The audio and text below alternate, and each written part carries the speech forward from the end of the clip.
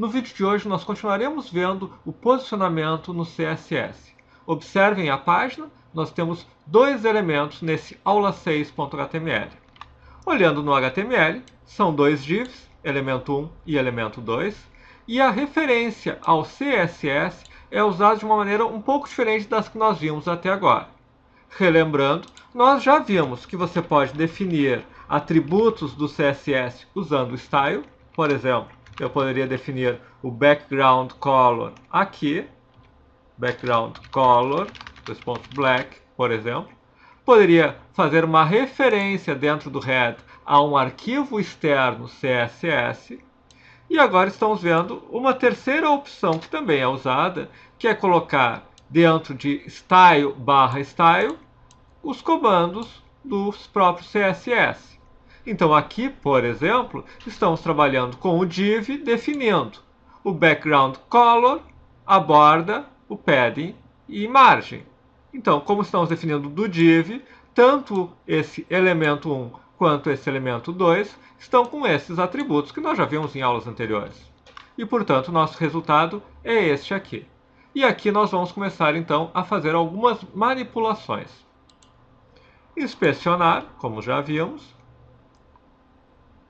E nós podemos, por exemplo, no elemento 1, definir um tamanho. Vamos definir um tamanho, por exemplo, 50 pixels, ou, para caber no texto, 100 pixels.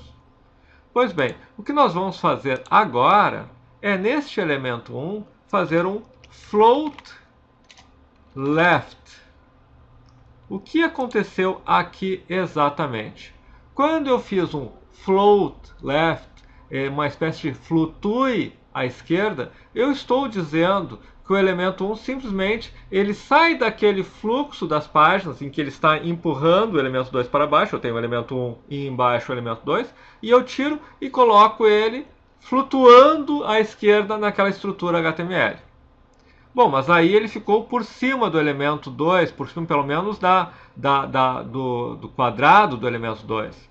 Vamos pegar o elemento 2, também colocar width 100 pixels, e vamos colocar também como float left.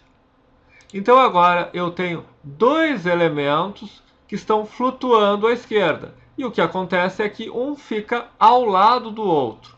Esta é uma forma que nós temos de alinhar elementos um do lado do outro, posicionar eles um do lado do outro.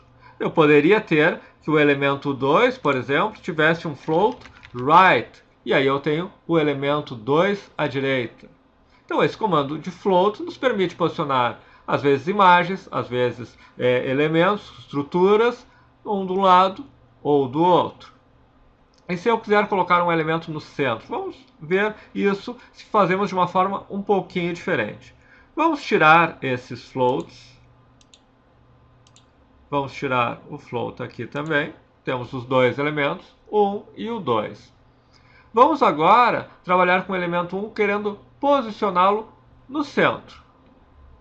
Eu poderia pensar em dizer, bom, se eu colocar uma margem left e calcular aqui 300 pixels, não, 350 pixels ou por aí, eu estou fazendo um alinhamento. Só que isso depende do tamanho da minha janela. Se eu coloco, por exemplo, a janela estiver muito pequena, ele vai ficar muito longe do centro. Ele simplesmente, eu defini que ele tem um certo tamanho em relação à esquerda. Mas se eu quero centralizá-lo, na verdade o que eu quero é que ele tenha uma mesma distância, uma mesma margem à esquerda e à direita. E aí eu posso usar um margem alto. O que é o alto? É um cálculo automático de margem. Se eu fizer apenas na esquerda, não resolve nada. Mas se eu colocar margem right também como alto, o que ele tem é que ele centraliza. Eu automaticamente posiciono ao máximo na margem esquerda e ao máximo na margem direita, e ele fica centralizado. Então vimos o float e vimos a opção de centralizar com margem. Vamos ver mais uma opção interessante de posicionamento. Eu estou aqui com o div. O div tem a mesma lógica que eu poderia usar se eu fizesse parágrafos. Eu posso ter um parágrafo e outro parágrafo. E se eu definir que o parágrafo tem essas características, eu tenho basicamente quase que a mesma coisa. Na verdade, como o nosso width não estava colocado aqui, se eu colocar aqui, eu tenho a mesma coisa que eu tinha antes. Eu tenho, seja no div, seja no parágrafo, uma estrutura que segue o que eles chamam de display block. Ele define um bloco naquele display. Mas se eu fizesse, por exemplo, não um parágrafo, mas, por exemplo, elementos do tipo bold, talvez, e outro do tipo italic, ou poderia usar o strong e o m, e eu posso definir aqui tanto um quanto o outro. O vírgula significa que para ambos os elementos eu estou aplicando estes valores. Se eu fizer isso, aí eu tenho um elemento do lado do outro.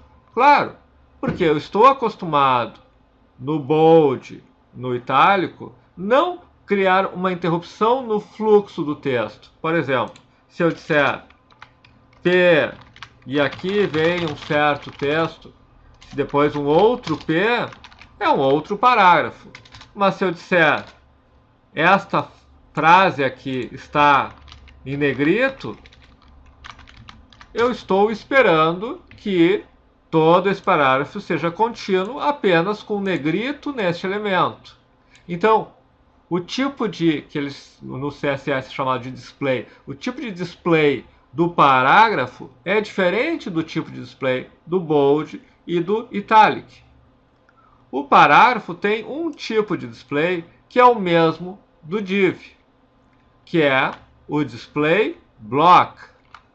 E o bold, o itálico, o strong, o em, tem o mesmo de um outro tipo, que seria o equivalente ao div, só que com esse tipo de display, que é o span.